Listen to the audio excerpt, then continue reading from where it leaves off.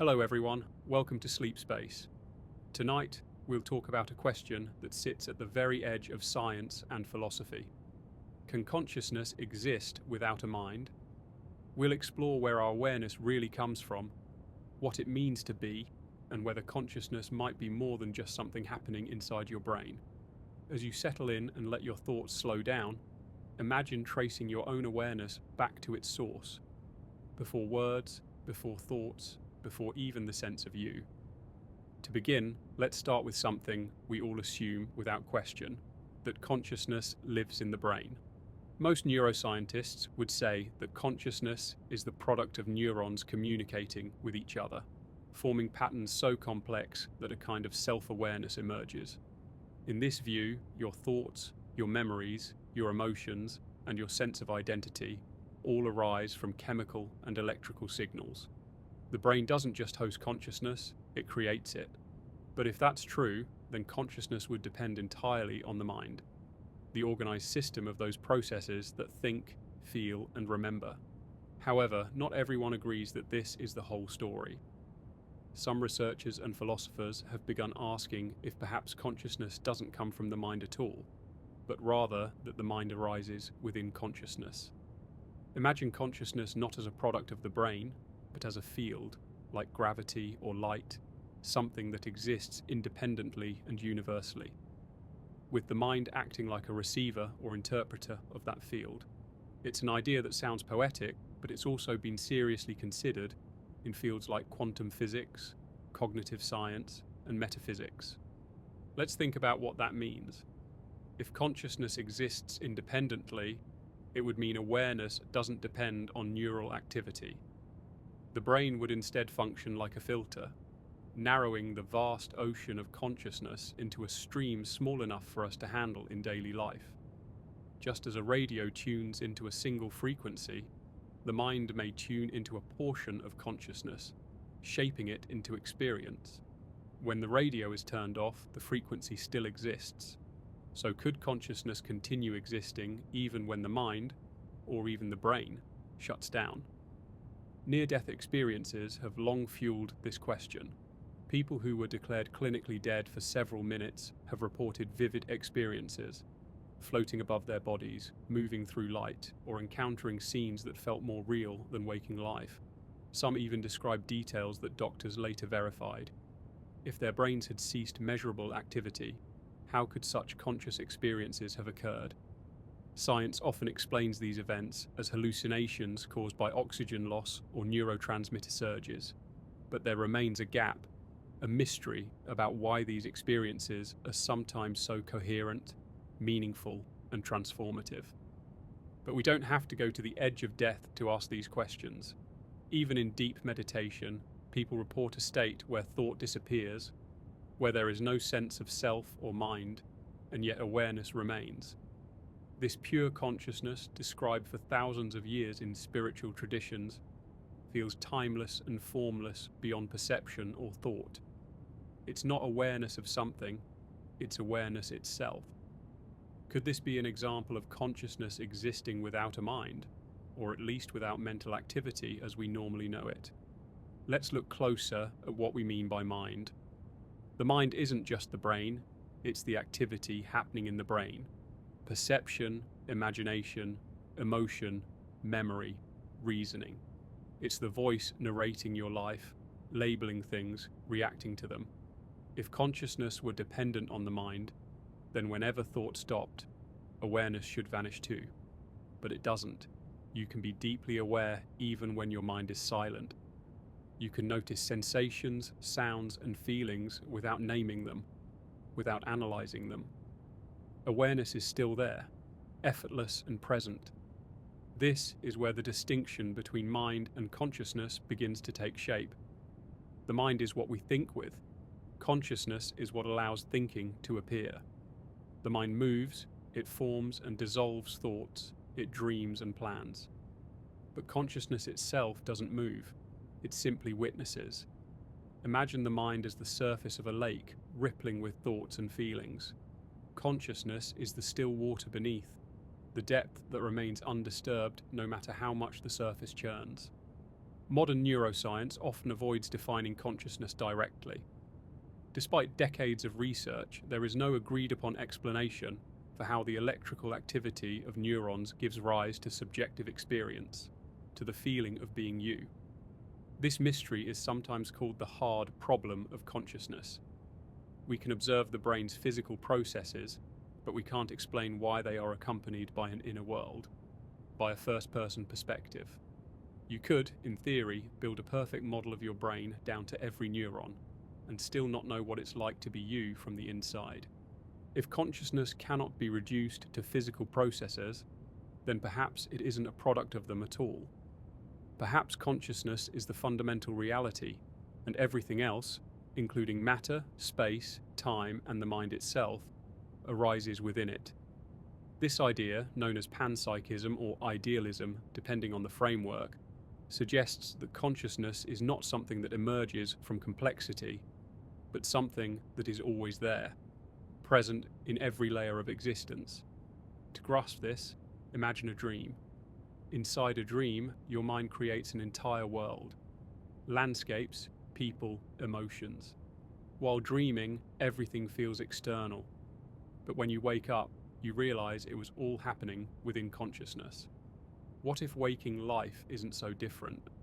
What if what we call the mind is just a local process happening inside a larger consciousness? One that holds not just you, but everything that exists. Let's imagine for a moment that consciousness is like an ocean, and individual minds are waves on its surface. Each wave rises, moves, and falls, but it's never separate from the ocean beneath it. When the wave disappears, the ocean doesn't lose anything. The water remains, vast and continuous. In the same way, perhaps consciousness continues, even when the mind, the wave, subsides. When we view consciousness this way, the question, can consciousness exist without a mind, begins to shift. It's no longer about whether awareness can survive without thoughts, but whether thoughts are the limitation of awareness. What if the mind, in organizing and labeling experience, actually filters out most of reality? Our senses already show us that the world we perceive is limited. We only see a tiny slice of the electromagnetic spectrum, hear a narrow range of frequencies, and interpret everything through language and memory. Could it be that the mind, rather than generating consciousness, is narrowing it, shaping the infinite into something small enough to function within? Some quantum physicists have entertained this possibility too. In certain interpretations of quantum mechanics, consciousness is not a passive observer, but an active participant in reality. The act of observation seems to determine how quantum systems behave. This has led some to propose that consciousness might be woven into the fabric of the universe itself, that it's not a byproduct of matter, but the field from which matter emerges. Still, this view remains deeply controversial. The scientific method depends on observable, measurable evidence, and consciousness, by its nature, can only be experienced from within. You can't measure awareness directly. You can only infer it through behavior or brain activity. But what if the very tools we're using, physical instruments built to measure the external, are incapable of detecting something that's fundamentally internal? In ancient traditions, this question has been explored not through instruments, but through introspection. The Upanishads, Buddhist philosophy, and later Western thinkers like Spinoza and Schopenhauer all proposed that consciousness is the primary substance of existence. Everything else, the mind, the body, the universe, unfolds within it like images in a dream. It's not something we have, it's what we are. That idea may sound abstract, but you can sense it in a simple way. Close your eyes and notice your awareness. Try to find its boundaries.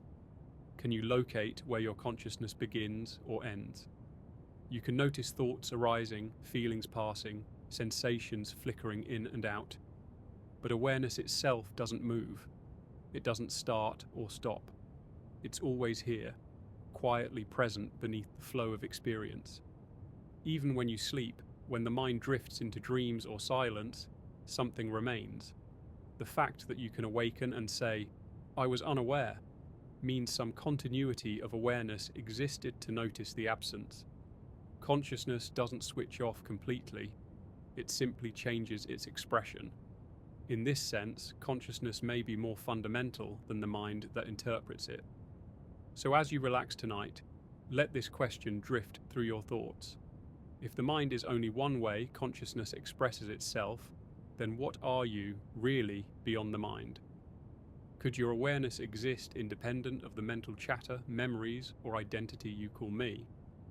Perhaps the mind is just the story consciousness tells itself, and consciousness the silent witness that remains when all stories end. Most of us spend our lives identifying completely with our minds, with our thoughts, emotions, memories, and roles. We say, "I am happy, I am anxious, I am thinking," as if the mind and the self are one and the same. But what if the I that says those things isn't the mind at all, but the awareness that witnesses it? What if consciousness is the stage upon which the mind performs, not the performer itself? This shift in perspective changes everything. The mind becomes something happening within consciousness, not the source of it. Imagine a projector casting light through film. The film, full of images, movement, and emotion, represents the mind, but the light itself, steady and unchanging, is consciousness. Without the light, the movie wouldn't exist. Yet the light doesn't depend on the film. It shines whether or not the story plays. When you look closely at experience, you can see this dynamic at work. Every thought arises and dissolves in awareness.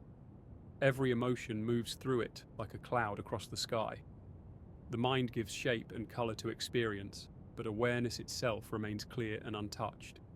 Even in moments of deep confusion or pain, the fact that you can notice those feelings means that something within you, the pure witnessing consciousness, is not entangled in them.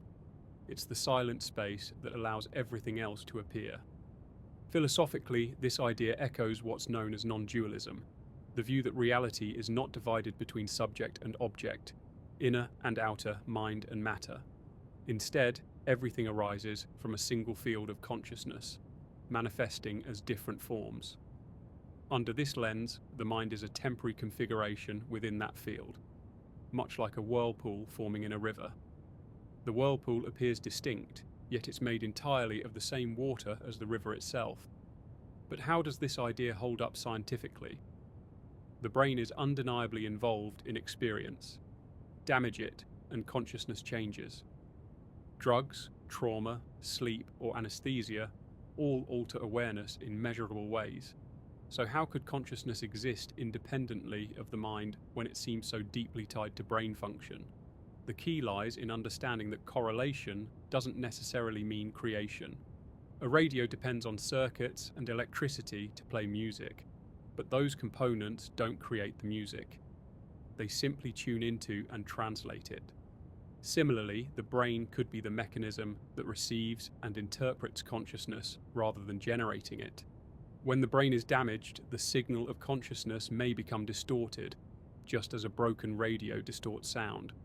But the signal itself continues to exist. This interpretation may sound speculative, but it aligns with reports from people who have experienced states of consciousness that seem to transcend the physical body. Take, for example, deep meditative states where brain activity slows dramatically, yet practitioners describe an expansion of awareness so vast it feels infinite. Or reports of people under general anesthesia, supposedly unconscious, who later describe vivid awareness during surgery. These accounts challenge the simple equation that brain activity equals consciousness. Perhaps the mind is a lens focusing consciousness into personal experience, and when that lens shifts, different aspects of awareness come into view. It's worth noting that many neuroscientists acknowledge we still have no clear mechanism for how subjective experience arises from physical processes. This gap is sometimes so wide that some philosophers, like David Chalmers, have suggested we might need a new paradigm entirely, one that treats consciousness as a fundamental property of the universe, rather than something that emerges only under special biological conditions. Imagine consciousness as a kind of universal field, like the electromagnetic field. The The brain doesn't create it, but interacts with it. Each mind is a local pattern of organization within that field, giving rise to individuality and perception. When the pattern dissolves, at death, in deep sleep, or perhaps during mystical experiences, the local consciousness merges back into the larger whole. This model echoes many ancient ideas. In Hindu philosophy, for instance, the concept of Brahman describes an infinite consciousness that underlies all existence, while Atman, the individual self, is seen as a localized expression of that same reality. Similarly, in certain strands of Buddhism, consciousness is not owned or created by the self, but arises interdependently with everything else. Modern physics, too, has begun to explore the notion that information, the structure of awareness, might be more fundamental than matter. Let's think about what this could mean in daily life. If consciousness is not confined to the mind, then perhaps awareness extends beyond the limits of personal identity. When you feel empathy, for instance, you momentarily step out of your own perspective and into another's. You share their emotional state. That simple human connection could be a glimpse of a deeper truth, that all consciousness is interconnected, merely appearing as separate minds through the lens of individuality. This idea also helps explain certain phenomena that defy easy explanation: intuition, synchronicity, moments of knowing that seem to come from nowhere. If all minds are expressions of one consciousness, then in rare moments that underlying unity might briefly show itself. What feels like coincidence could simply be the deeper network of consciousness aligning. Of course, skepticism is essential here.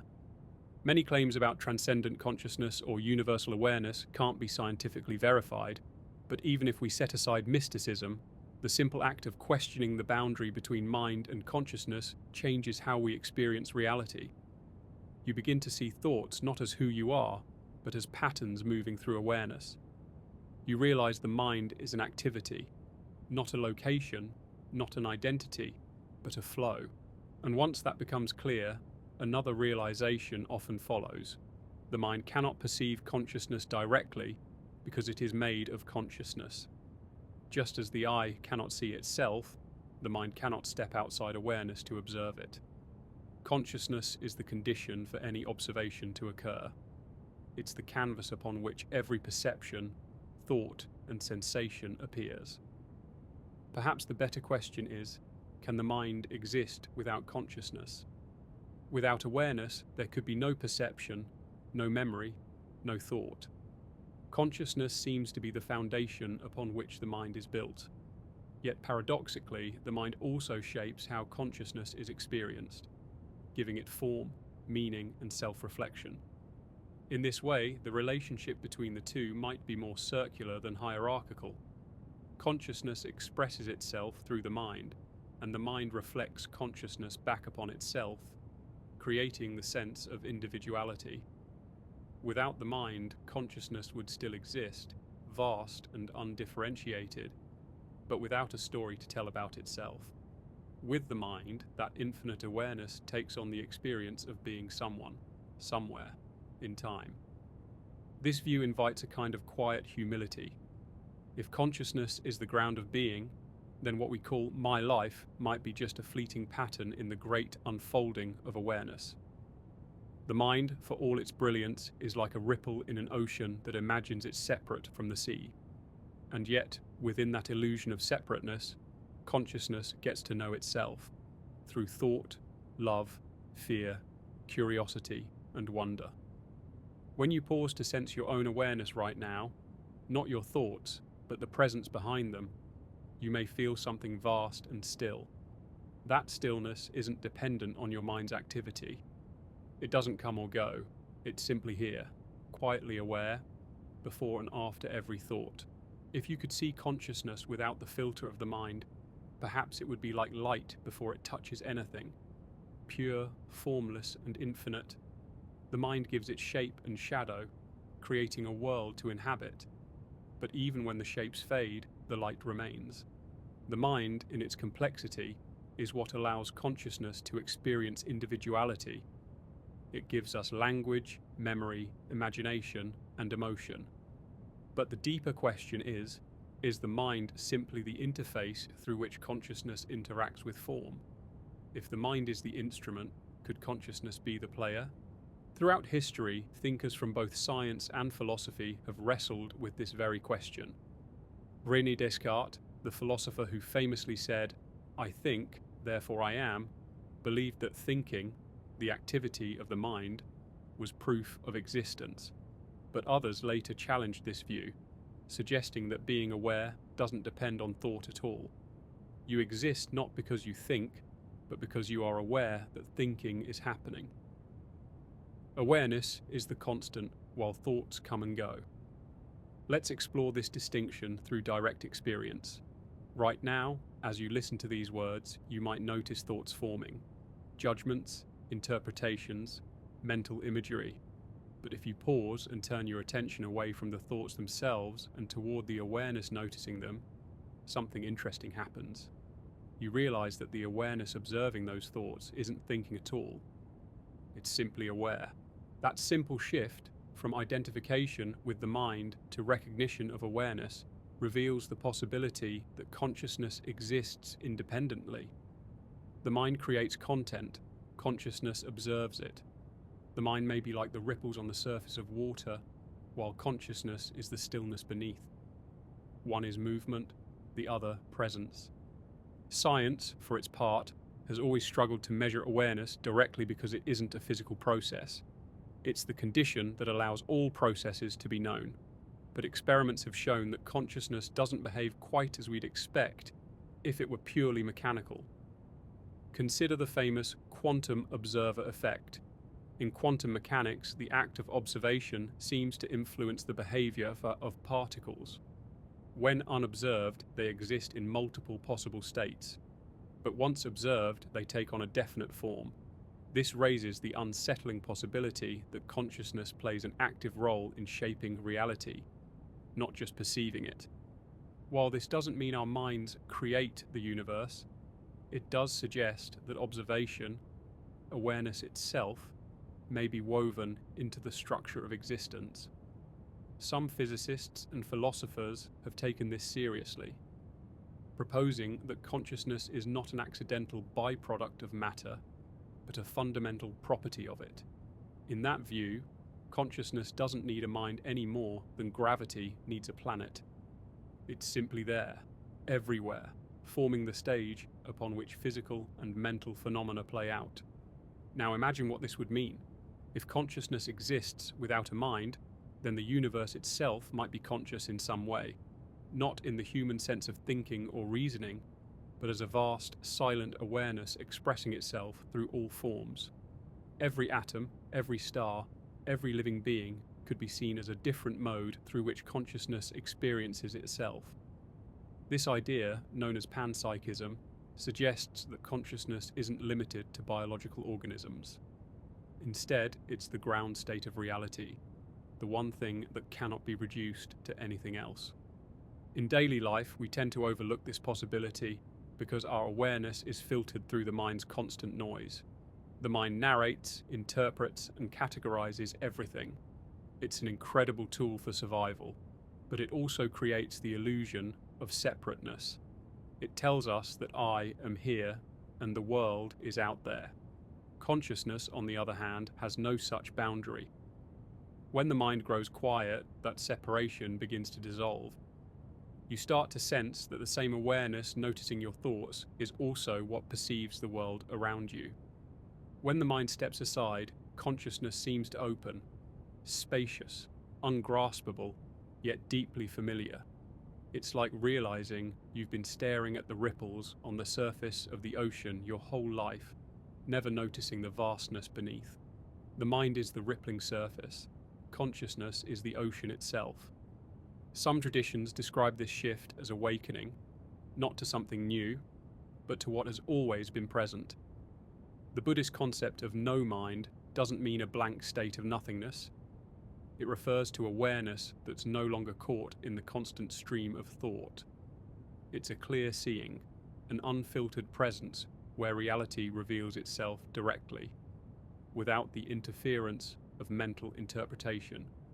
From this perspective, the mind is like a veil drawn across the vastness of consciousness. The veil isn't bad, it's what allows experience to happen. Without it, there would be no story, no perspective, no individuality. But when we mistake the veil for the whole, we forget the deeper truth of what we are. Modern cognitive science sometimes touches on this without realizing it. The brain, according to many models, doesn't perceive reality directly. It constructs it. Every color you see, every sound you hear, every sense of space or time is an interpretation, a mental model built by the brain from sensory data. This means that the world as we experience it exists in the mind, not outside it. But the awareness of that model, the fact that you know you're experiencing something, points to consciousness as something prior to even the brain's construction of reality. It's a subtle distinction, but an important one. The brain generates perception. Consciousness makes perception known. The mind interprets sensations. Consciousness allows them to appear at all. You can lose memories, you can lose the ability to think, but something remains. The simple presence that experiences whatever is happening. That is consciousness, and it doesn't depend on the stories the mind tells. Think about deep sleep. During most of it, there are no thoughts, no sensory input, no awareness of self. Yet something in you wakes up in the morning and says, "I slept deeply." That implies that a continuous thread of being existed, even through the absence of mind. Some traditions claim that what remains during deep, dreamless sleep is pure consciousness. Awareness without object or thought, timeless and contentless. Could that same pure awareness exist outside any mind or body? If consciousness is fundamental, then yes. It could exist before and after any particular mind arises, just as the ocean exists before and after any wave appears. The mind comes and goes. Consciousness remains. This idea also resonates with certain near-death experiences. People describe a profound awareness beyond the body, not chaotic or dreamlike, but crystal clear, free of time and fear. Some report seeing their lifeless body below and realizing that their thoughts had ceased, yet they still were. Science has no definitive explanation for how such awareness could persist when the brain is inactive, but these experiences raise the possibility that consciousness might not be entirely contained by the mind. Even if we set aside extraordinary claims, we can still sense echoes of this truth in ordinary moments. When you look at a sunset and for a brief instant your mind goes quiet, no commentary, no labeling, just pure perception, that's consciousness shining through without the mind's filter. Or when you lose yourself in music, in art, in awe, there's no sense of me thinking about this. There's only the experience itself, effortless and whole. In those moments, you touch something beyond thought. You touch awareness in its raw form, consciousness unshaped by mind. And that simple recognition changes the texture of existence. Life becomes less about what's happening in the story of the mind, and more about the luminous field of being that allows the story to unfold. It's possible that the mind and consciousness are not separate entities at all, but two sides of one coin. Consciousness is the formless potential. The mind is the form it takes. Consciousness is infinite possibility. The mind is the particular pattern of that possibility expressed through a human life. If consciousness exists without the mind, then the mind might be something like a translator, a way for that vast, unbounded awareness to navigate the physical world. It gives form to the formless, turning the infinite into experience. But when we mistake the translation for the truth itself, we begin to believe that the mind is all there is. We confuse the instrument with the music. To see how deeply this confusion runs, consider how every aspect of life is filtered through the mind's interpretations. When you see a flower, your brain instantly categorizes it: color, shape, name, memory, emotion.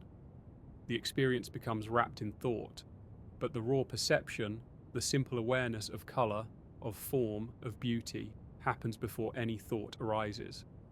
That direct awareness is consciousness. The mind labels it afterward. This distinction might seem subtle, but it's profound. Consciousness is not the content of experience, it's the context. It's not what you see, but that which allows seeing to happen. You can lose your memory, your identity, even your sense of space and time. But the fact that you're aware of losing those things means consciousness persists. It's the silent background of all experience, always there, even when unnoticed. The reason this matters is because it changes how we think about existence itself. If consciousness is fundamental, then perhaps everything that exists, from galaxies to atoms, is not something happening in the universe, but something happening to consciousness. The physical world would then be one expression of consciousness interacting with itself. In that view, matter is not the cause of awareness, but its effect, the visible face of the invisible. Some of the most brilliant minds in science have brushed against this idea. Max Planck, the father of quantum theory, once said, "I regard consciousness as fundamental. I regard matter as derivative from consciousness." He believed that the physical world was secondary, that everything we observe arises from an underlying field of awareness. Similarly, physicist Erwin Schrödinger suggested that the total number of minds in the universe is one. That statement might sound mystical, but it follows logically if consciousness is not individual but universal. Imagine consciousness as an infinite ocean, and each mind as a wave upon its surface. The wave has a distinct shape, a unique motion, but it is never separate from the ocean itself. It rises, it falls, it disappears, yet the ocean remains unchanged. Our minds, with all their thoughts, memories, and personalities, may be like that, temporary patterns within the larger sea of awareness. If that's true, then even when the mind ceases, in sleep, in silence, or even in death, consciousness itself doesn't vanish. It simply returns to its original state, free from form. It's as if the ocean absorbs the wave back into itself. There's no loss, only a return to the whole. But this brings up another question. If consciousness can exist without the mind, why does the mind exist at all? Why would infinite awareness need to experience itself through limitation? One possibility is that limitation gives meaning. Without contrast, there can be no experience. For light to be seen, there must be darkness. For sound to exist, there must be silence.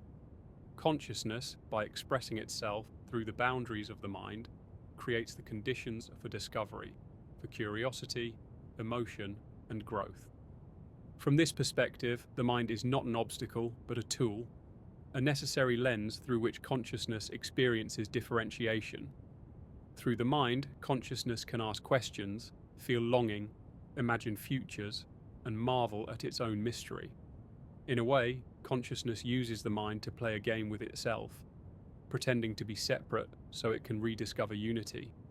It's as though consciousness says, "Let me forget what I am, so I can experience remembering." Every thought, every moment of wonder, every glimpse of beauty is part of that rediscovery. The mind becomes the stage upon which consciousness performs its own unfolding story. But here's the paradox. While the mind allows consciousness to experience, it also limits what consciousness can perceive. The mind filters reality to make it manageable. It compresses infinite information into symbols, language, and memory. This is why two people can look at the same sunset and experience it completely differently. Their minds interpret the same raw awareness through different filters. Some neuroscientists have even proposed that the brain's primary function might be to reduce consciousness, not to produce it. This is known as the filter theory.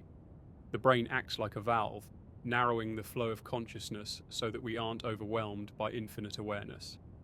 When the filter loosens, through meditation, psychedelics, or near-death experiences, people report an expansion of consciousness far beyond ordinary perception. They describe a sense of unity, timelessness, and interconnectedness, experiences that feel more real than reality itself. If consciousness were purely a byproduct of the mind, such expansions shouldn't be possible. But if the mind is a filter, then the loosening of that filter would naturally reveal a broader, more fundamental awareness beneath. These experiences may be glimpses of consciousness unbound by the mind, the ocean seen beyond the wave. Still, we can't ignore the mind's importance. Without it, consciousness would have no way to differentiate or reflect upon itself. It would be like pure light with nothing to illuminate. The mind gives consciousness form, contrast, and perspective, the raw material for meaning. In that sense, the mind and consciousness aren't enemies, but partners. The mind shapes, consciousness sustains. Together, they create the human experience. Think of a painter and a canvas. The mind is the brush that creates shapes and colors. Consciousness is the blank canvas that allows any image to exist at all. The painting may change, layers may be added or removed, but the canvas remains untouched. No matter what the mind paints, joy or sorrow, chaos or clarity, consciousness is always present, silently holding it all. This realization has profound implications for how we view life and death. If consciousness exists beyond the mind, then perhaps what we call death is not the end, but a transition, the dissolution of the temporary form through which awareness was expressing itself. The wave falls, the ocean remains. Even in ordinary life, we can sense this continuity. There are moments, brief but unmistakable, when the mind grows still and something deeper shines through. It might happen while staring at the stars, listening to music, or simply being silent. In those moments, you are not thinking about awareness. You are being it. The boundaries of self soften, and everything feels unified, seamless, alive. When the mind returns, it tries to explain it, to name it, categorize it, capture it. But consciousness itself cannot be captured, because it's not an object among other things. It's what makes all things possible. It's not within the universe is within it. This idea can be unsettling to the mind, which depends on boundaries and distinctions to function. But for consciousness, there are no true boundaries. The mind draws lines between inside and outside, self and other, but awareness sees only wholeness. When the mind quiets, this unity becomes self-evident. When we begin to see the mind and consciousness as distinct, the thinker and the awareness that knows the thinker, a deeper question arises. Where exactly does the mind end and consciousness begin? We can measure brain waves, map neural networks, and observe thoughts forming, but we cannot pinpoint the moment when awareness itself appears. It's as though consciousness hides in plain sight, quietly watching from behind the scenes of every mental process.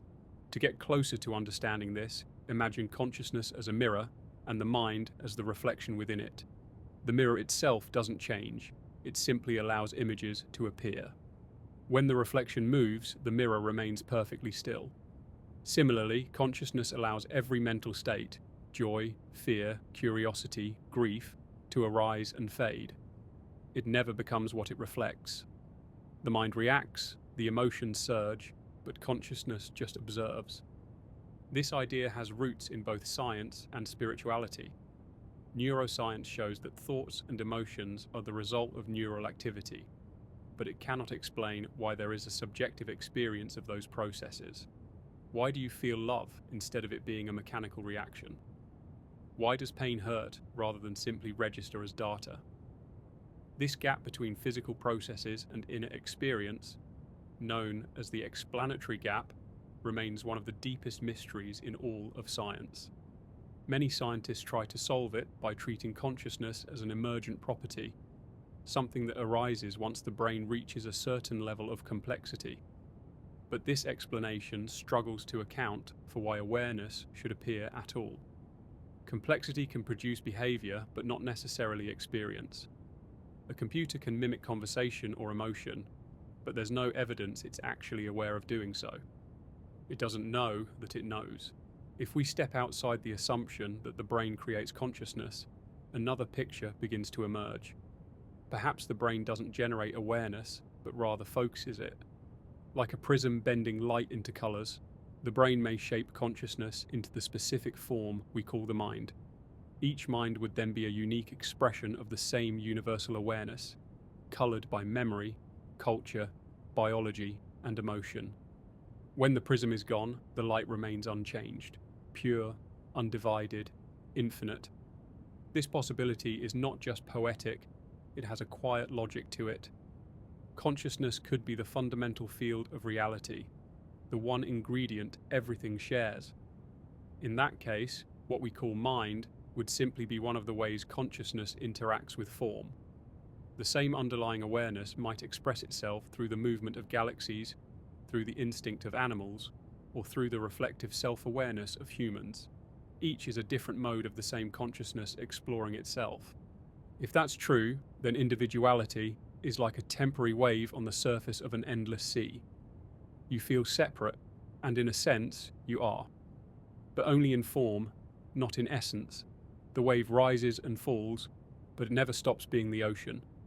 Consciousness never disappears, it only changes its mode of expression. This way of seeing reality aligns with some of the oldest philosophical traditions known to humanity. In Advaita Vedanta, a branch of Indian philosophy, it's said that the true self, the Atman, is not the mind or body, but pure consciousness, identical to the universal reality known as Brahman. In other words, the consciousness within you is not yours. It is the consciousness, the same essence behind every living being. The illusion of separateness is created by the mind, like waves believing they are not part of the sea. Similarly, Buddhist teachings often describe consciousness as empty of form, yet full of potential. Awareness without boundaries. The mind, by contrast, is the mechanism that gives rise to perception and thought. It's a tool, not the essence. The mistake, according to these traditions, is identifying with the tool rather than recognizing what's using it. But even outside of philosophy, this idea echoes through modern theories of physics and information. Some physicists have proposed that consciousness might be a fundamental property of the universe, similar to energy or space-time. Others suggest that consciousness is connected to the flow of information itself, that awareness is what allows the universe to know itself. These ideas are difficult to test, but they reveal how deeply the mystery runs. If consciousness truly exists beyond the mind, then death might not be the end of awareness, but a transition, a return to the vast field from which individuality emerged. In that sense, death is not the loss of consciousness, but the release of its boundaries. Many people who've had near-death experiences describe a feeling of merging, of being dissolved into something immense, luminous, and peaceful. They often say it felt more real than life itself, as if they were waking from a dream rather than entering one. Of course, science can't yet confirm what these experiences mean, but they illustrate something remarkable. Even when the mind shuts down, the possibility of consciousness remains. It may exist in forms we don't yet understand, beyond the limits of biological perception. Even in our waking lives, we catch glimpses of this unbounded awareness. Think of moments when you're completely present, when you stop thinking and simply are. Perhaps it's standing in silence at the edge of the ocean, or watching snow fall under a streetlight. Time seems to slow down, and the division between you and the world fades. In those moments, there is no active mind, only pure awareness. Nothing is missing, nothing is needed. That stillness isn't something you create. It's what remains when thought pauses. You can test this for yourself. Right now, without trying to think, simply notice your awareness. Try to locate its edges. Does it have a size, a shape, a color? Can you say where it begins or ends? The more you look, the more it becomes clear that awareness doesn't occupy space the way the mind does. It's not confined inside your head. It's more like an open field, vast, clear, and boundless. And yet, the mind continues to arise within it, like weather moving through a sky. Thoughts appear, emotions surge, memories surface, all of it happening within the larger stillness of consciousness. The sky doesn't resist the clouds, it allows them to pass freely. In the same way, consciousness doesn't resist the movements of mind, it simply contains them. This distinction changes the way we experience everything. When we stop identifying solely with the mind, suffering begins to loosen. The mind worries, fears, and clings, but awareness itself is untouched. It doesn't suffer, it simply observes. Pain still exists, but the relationship to it changes. You are no longer trapped in the storm of thought. You are the sky holding it. This shift doesn't require belief, only observation. The next time you feel overwhelmed, try noticing the awareness that's perceiving your thoughts. It's calm, silent, and always there, no matter what the mind is doing. That is consciousness without mind, pure being. If this awareness exists independent of thought, it implies something extraordinary. Consciousness might not begin with birth or end with death. It may simply change its focus, like light shifting from one lens to another. The mind is the lens, shaping and narrowing that light into a personal experience. But when the lens breaks, the light doesn't vanish. It just returns to its natural, formless state. Imagine for a moment that consciousness is like the ocean, infinite, deep, and still, while the mind is a current moving across its surface. The current gives direction, identity, and shape, but it's still made of the same water as the ocean beneath it. Without the current, the ocean remains. Without the ocean, the current cannot exist. The mind can only appear within consciousness, but consciousness can exist without the mind. This distinction feels abstract, yet you can sense it directly. When you meditate, or when your thoughts briefly pause, you notice that awareness doesn't disappear. The moment thinking stops, consciousness remains, quietly observing the absence of thought. That simple experience suggests something profound. Awareness is not dependent on mental activity. It's the background that allows mental activity to happen. The mind by its nature needs something to do. It analyzes, plans, remembers, worries. It's like a narrator that never stops describing what's happening, even when there's nothing left to describe. But consciousness doesn't speak. It just is. It doesn't need to comment on reality because it is the space in which reality unfolds.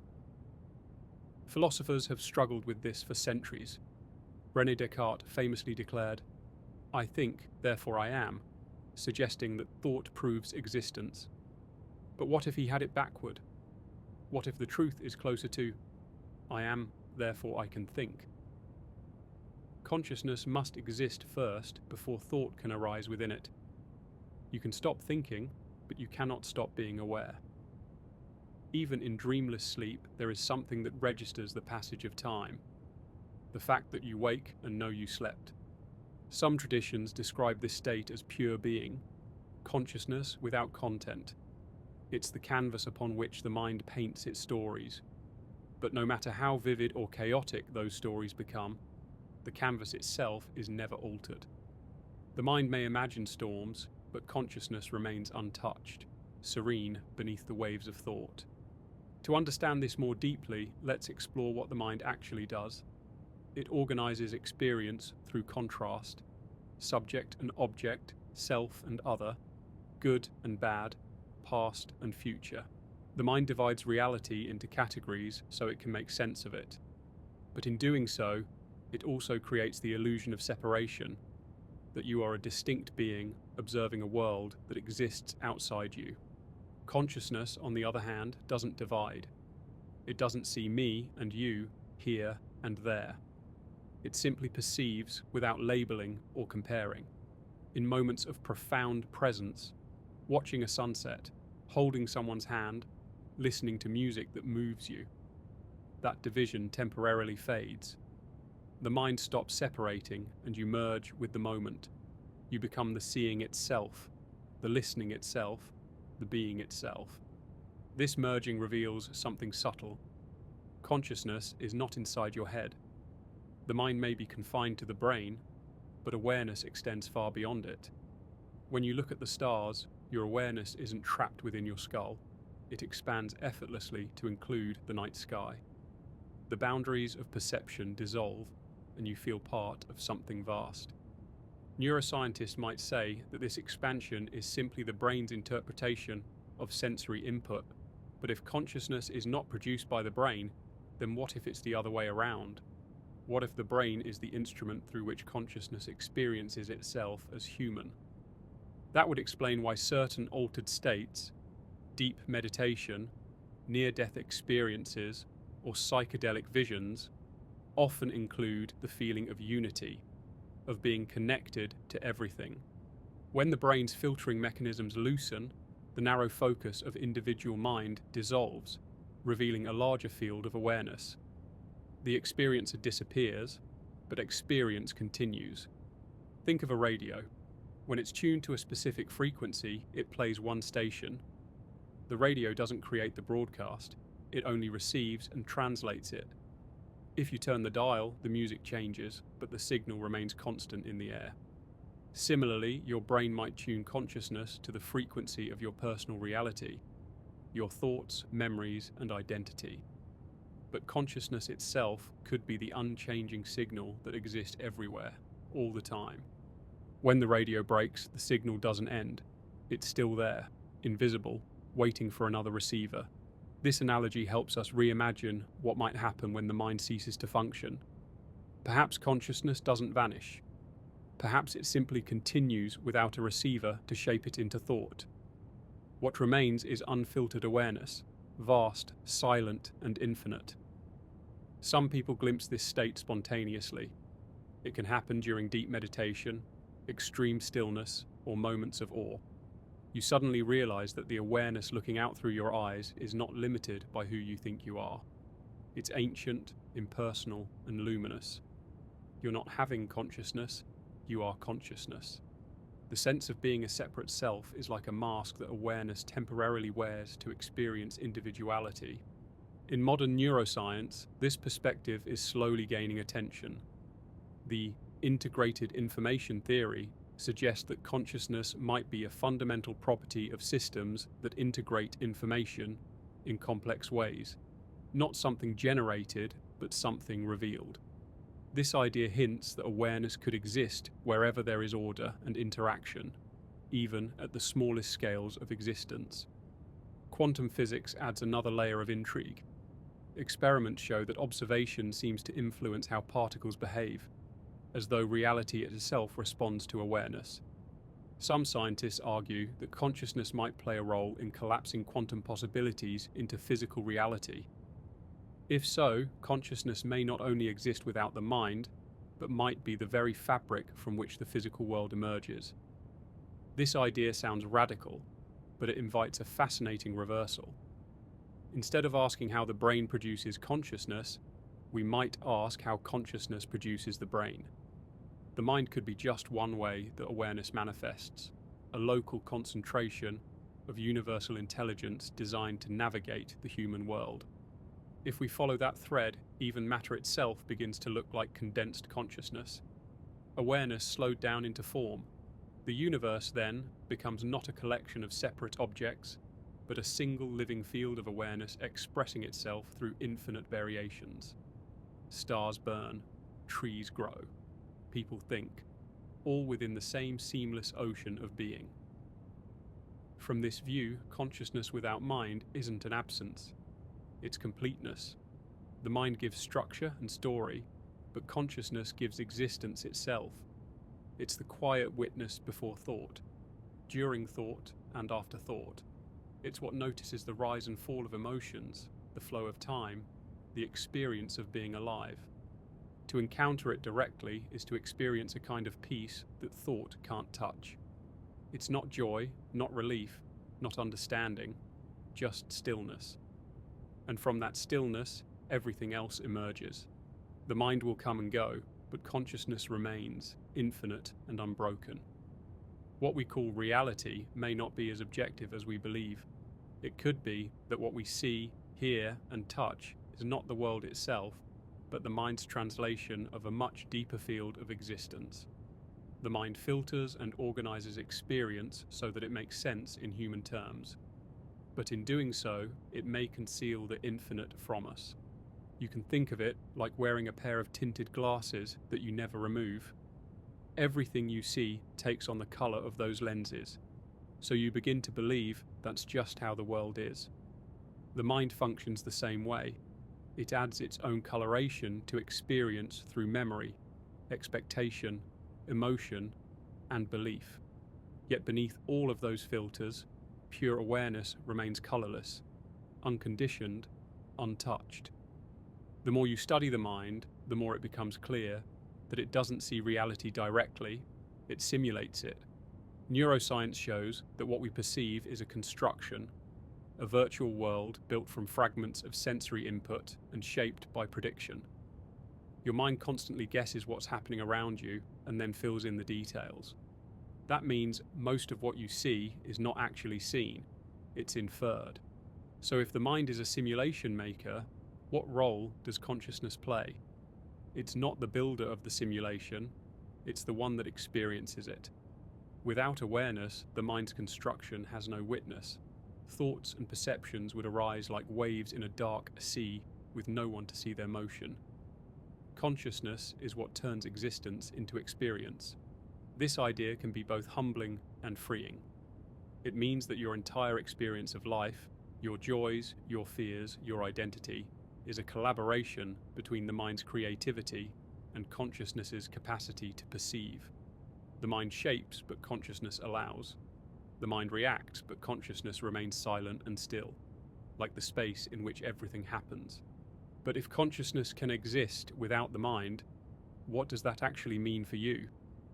The mind is what gives you a name, a story, a sense of being someone. Without it, there is no I to hold on to. So what would consciousness without a mind feel like? Would it be blankness? Would it be peace? Or would it be something beyond description altogether? Reports from people who have entered deep meditative absorption, states where all thought and self-awareness disappear, describe something fascinating. They say it's not unconsciousness like sleep, but a vivid stillness. There is no thought, no self, no time, but awareness remains. It's pure being without boundaries. The mind has gone quiet, but consciousness shines as itself. It's as if awareness doesn't need content to exist. It simply is. The mind is like a movie projector that fills the screen of consciousness with images and stories. When the film stops, the screen doesn't vanish. It was always there, patiently waiting behind the images. Consciousness is that screen, the foundation of all experience. This perspective can change how we understand life itself. If consciousness exists independently of the mind, then birth is not its beginning, and death is not its end. Instead, life could be consciousness exploring itself through different minds, different forms, different realities. Each person would be like a wave in a cosmic ocean, appearing for a time, expressing the sea's energy in a unique way, and then dissolving back into the whole. Many near-death experiences hint at this. People describe leaving their bodies and observing from above, often with a sense of perfect clarity.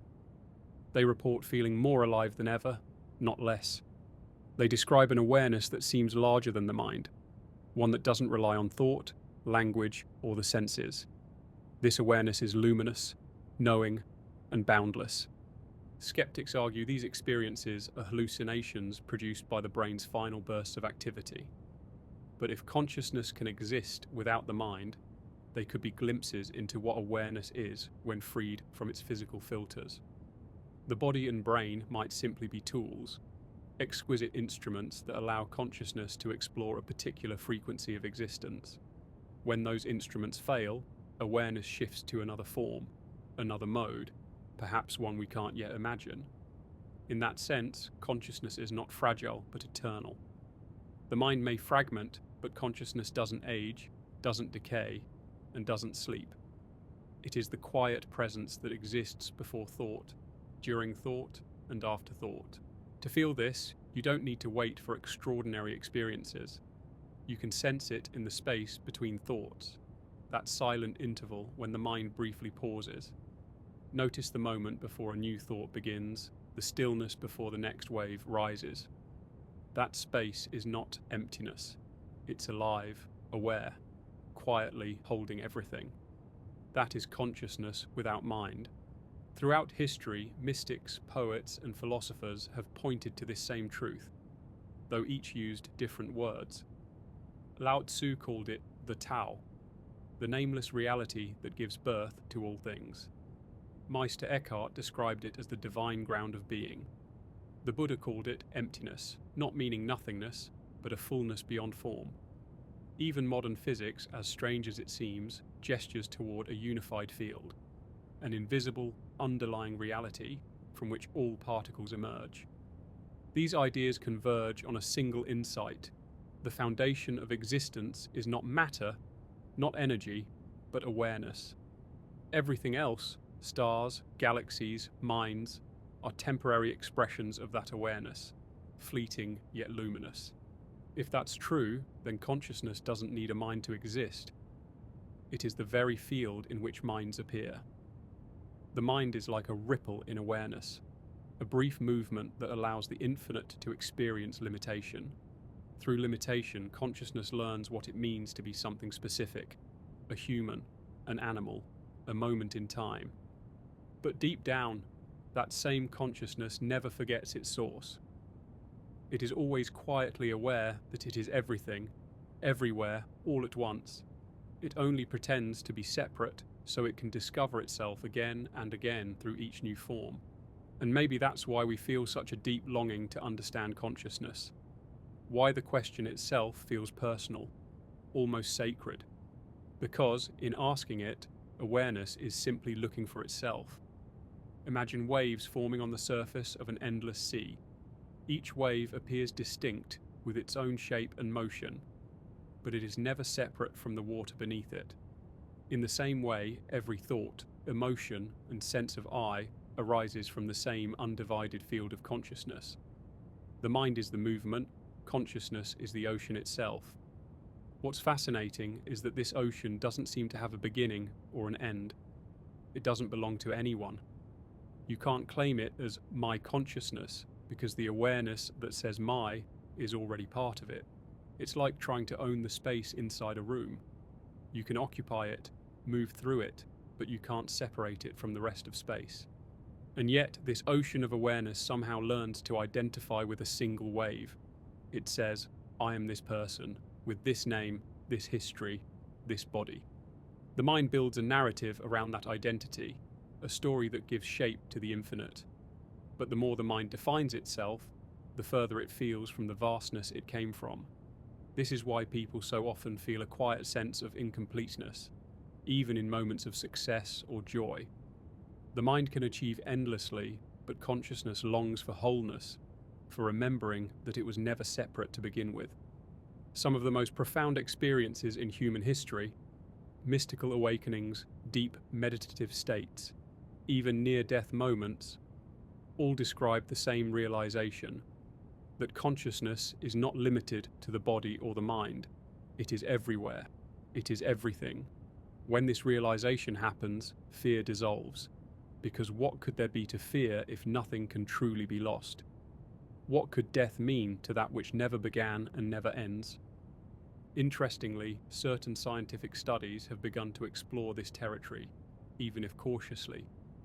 Researchers examining states of deep meditation or anesthesia have found evidence of awareness persisting even when brain activity nearly stops. Some subjects report vivid experiences despite the apparent absence of measurable thought. If these findings continue to hold weight, they challenge the materialist idea that consciousness depends entirely on the mind. And if awareness can exist without active brain function, that opens an entirely new question. Is consciousness woven into the very structure of the universe itself? Some physicists have suggested that consciousness may be a fundamental property of reality, much like gravity or electromagnetism. This idea, sometimes called panpsychism, proposes that every particle of existence carries a trace of awareness. Not thought, not intellect, but the simplest shimmer of experience. In this view, the universe is not a machine, but a living, sensing whole. Every atom, every cell, every galaxy participates in the same great awareness. The human mind is just one of countless ways that this cosmic consciousness observes itself. Our thoughts are like ripples of self-reflection moving across the surface of eternity. That might sound abstract, but it has a strange kind of logic. After all, everything you've ever known exists only within consciousness. You've never stepped outside of it. Every color, sound, taste, and feeling, everything you call reality, appears inside awareness. Even the idea of an external world is still an experience within consciousness. In that sense, consciousness isn't contained within the universe. The universe is contained within consciousness. This idea also reshapes how we see other forms of life. If consciousness is fundamental, then every creature, no matter how small, participates in it. The ant, the tree, the ocean, the planet, all of them might be unique expressions of the same infinite awareness.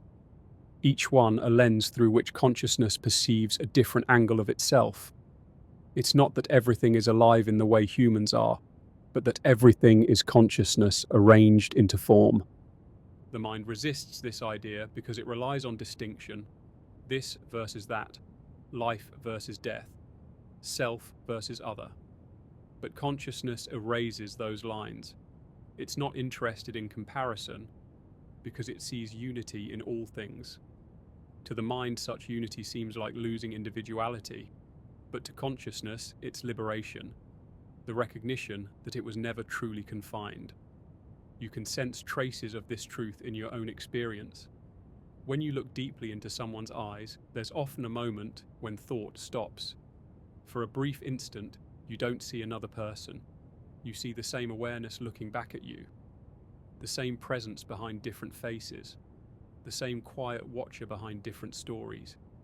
That recognition feels powerful because it's not intellectual. It's remembrance. Even dreams hint at this nature of consciousness. When you dream, the mind creates an entire reality, complete with landscapes, people, sensations, and emotions. Yet the dreamer and everything within the dream are made of the same awareness. When you wake, you realize that the mountain, the sky, and the people you saw were never outside you at all. In waking life, it may be no different. The separation between subject and object might just be another dream, a more stable one, but a dream nonetheless.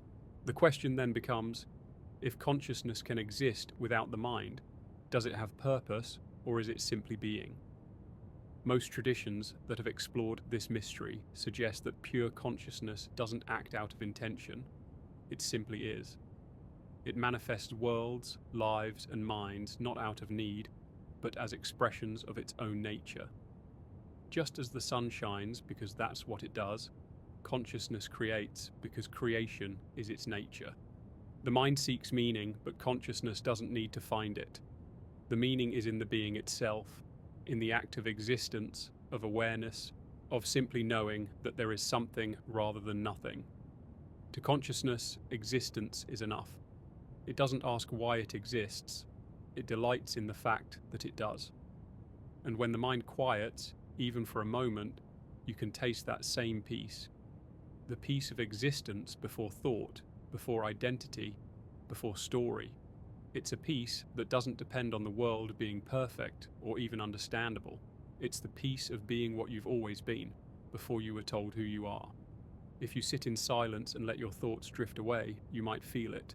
The gentle hum of awareness that remains when the noise of mind fades. That hum isn't something you create. It was always there, waiting beneath every thought. And the more you notice it, the more familiar it becomes. Not as something you observe, but as what you are. When you reach that point, the boundary between mind and consciousness begins to dissolve. The two no longer seem separate, but part of one movement, awareness flowing into form and returning again.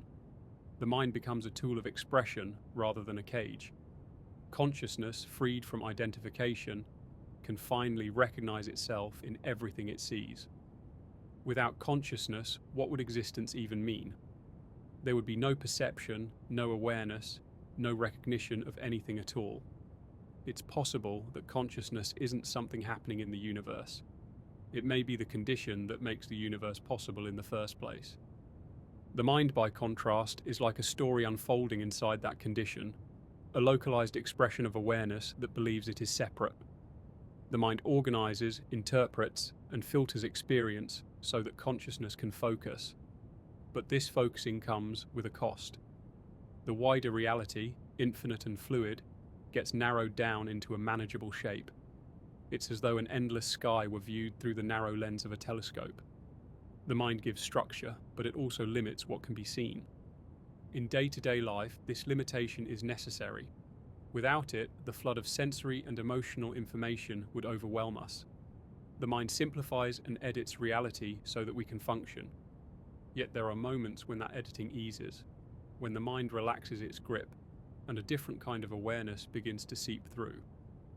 Artists often touch it in moments of creative flow, when time vanishes and thought falls silent.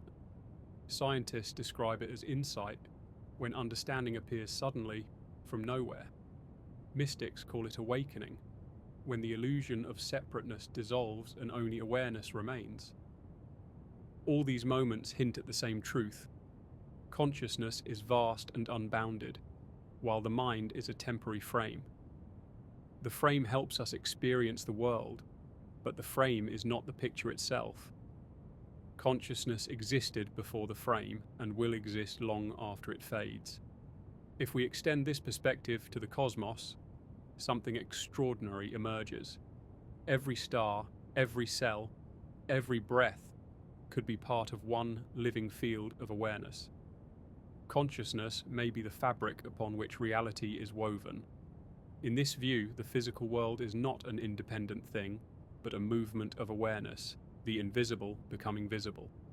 Some modern interpretations of quantum theory echo this. The observer effect shows that observation changes the behavior of particles. This doesn't mean the mind creates reality, but it does suggest that consciousness and matter are deeply entangled, perhaps even inseparable. Reality may not be a solid, objective thing out there, but a fluid relationship between awareness and potential. If that's true, then the entire universe could be described as consciousness experiencing itself. Stars might burn not merely as physical phenomena, but as expressions of awareness unfolding in form. Every pattern, every life, every thought, a single consciousness exploring infinite possibilities. From this vantage, death looks very different. The end of the mind would not be the end of consciousness, but a transformation in the way it expresses itself. The mind is the storyteller, consciousness is the listener that never dies. When the story ends, the listener remains, silent, infinite, waiting for the next beginning. This view aligns with what countless people throughout history have described in moments when the boundary between life and death seemed to dissolve. Many recount feeling an expansion beyond individuality, as though they were merging with something immense and compassionate. They often describe a sense of remembering rather than discovering, as if they were returning to what they had always been. Whether or not such experiences can be scientifically verified, they suggest that awareness itself may not depend on physical survival. It may be fundamental, eternal, and self-sustaining, the quiet intelligence behind the movement of life. Even the language we use betrays this intuition. We say, I have a mind, not I am a mind. We say my thoughts, not I am thoughts. Deep down, we know the mind is something that arises within us, but we are something larger, the witness to its movement. We identify with the mind because it's loud, busy, and full of narrative. But when we look closer, it becomes clear that what we truly are is the one silently watching. To observe the mind is to begin separating from it. You can notice a thought without becoming it, feel an emotion without being consumed by it. That noticing, that witnessing, is consciousness. And the more you recognize it, the more you realize it doesn't come and go as thoughts do. It's always there, underneath everything, like the stillness that remains when the wind stops. When you rest in that stillness, something extraordinary happens.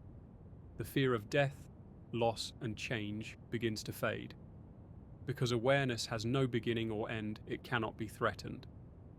The mind might fear its own dissolution, but consciousness doesn't. It's the open space in which birth and death are just movements, waves rising and falling, never touching the depth below. This is why the great teachers of history, from the Buddha to Spinoza to modern contemplatives, all point toward a similar truth. Peace doesn't come from controlling the mind, but from realizing you are not the mind. When you stop identifying with the endless stream of thought, what remains is freedom. Not freedom to escape the world, but freedom to be fully present within it. In that state, everything takes on a quiet beauty. The smallest details, sunlight flickering through leaves, the sound of wind, the rhythm of your own breathing, become radiant. Because you are no longer looking through the narrow tunnel of mind, you are seeing with consciousness itself. You're not thinking about the moment, you're simply in it. It's possible that this is what existence looks like when consciousness is free from the constraints of thought. Pure experience without interpretation. A reality not filtered by words, memories, or beliefs, but seen as it truly is. Luminous, immediate, whole. If consciousness is the foundation of existence, then everything we've ever known, every thought, every sensation, every dream, has been a ripple within it. The mind, remarkable as it is, may simply be one way consciousness expresses itself, a tool it uses to navigate form and limitation. But once we remove the boundaries of the mind, what remains isn't nothingness. It's awareness itself, silent, awake, and infinite. Philosophers and mystics have tried to describe this for centuries. Some call it the absolute, the source, or pure being. Others simply refer to it as presence, the awareness that remains when all else falls away. In that stillness, there is no longer an observer and a thing observed. There is no you standing apart from the world. There is only the experience of existence itself, seamless and whole. Science, too, is slowly beginning to touch this mystery. Neuroscientists can map patterns of neural activity, but they still face what's known as the hard problem of consciousness. How do physical processes in the brain give rise to subjective experience? No matter how deeply we study neurons and synapses, the spark of awareness, the sense of I am, remains unexplained. It doesn't appear to emerge from matter. It seems to be the ground upon which matter arises. Quantum theory, in its most daring interpretations, hints at something similar. The act of observation appears to influence outcomes at the subatomic level. Matter seems to exist as a field of possibilities until it is observed, as though awareness itself plays a role in shaping what becomes real. While these ideas are still debated, they invite us to consider that consciousness might not be a side effect of reality, but a participant in its creation. If that's true, then the mind is like a lens focusing that creative field into the shape of a person. When the lens breaks, the light doesn't disappear, it returns to the whole. In this way, consciousness without a mind isn't a void, but a return to vastness. It's the difference between a single wave and the ocean that gave it birth. Many near-death experiencers describe something strikingly similar, a sense of merging with a vast intelligence that feels both personal and infinite.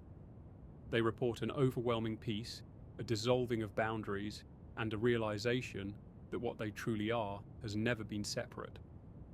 These accounts are not proof in a scientific sense, but they align with a deep intuition that consciousness is fundamental, that we are, and always have been, part of something immeasurable. Perhaps what we call life is consciousness playing in the field of form, entering minds and bodies to experience itself in countless ways. Every thought, every joy, every sorrow becomes a window through which the infinite looks at itself. When that journey ends, consciousness doesn't vanish. It simply slips out of the story, waiting quietly for the next one to begin. And maybe that is the secret behind the timeless human longing to understand what we are. Every philosophy, every religion, every scientific theory is, in some way, an attempt by consciousness to remember itself. The mind tries to comprehend what cannot be confined to thought. But occasionally, in rare moments of silence, it stops trying. And in that pause, something wordless is recognized. When all the noise of thinking fades, when the boundaries of identity soften, what remains is awareness, untouched, unchanging, luminous. It was there before birth, it will be there after death, and it's here now, quietly observing every heartbeat, every breath, every flicker of existence. This recognition changes how we see everything. Life is no longer just a sequence of events happening to you. It becomes an unfolding of consciousness experiencing itself through form.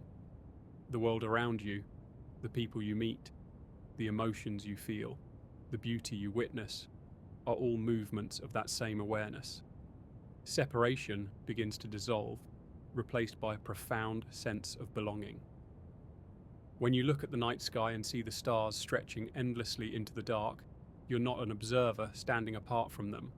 You are the awareness in which they shine. The same consciousness that looks out through your eyes may be the same essence burning within those distant suns. In that realization, fear begins to lose its hold, because how can you fear the loss of something that was never separate to begin with? And so, as you drift toward rest tonight, remember this. Consciousness is not something you need to create or protect. It is not fragile, and it is not bound to thought. It is the silent field in which thought appears and disappears. It is the quiet listener behind every sound, the space between every heartbeat. You do not need to find it, you are it. You always have been. So let your mind settle and allow that awareness to reveal itself, not as an idea, but as the simple, direct experience of being. In that stillness, there is no effort, no searching, no need to define, only the gentle unfolding of awareness resting in itself.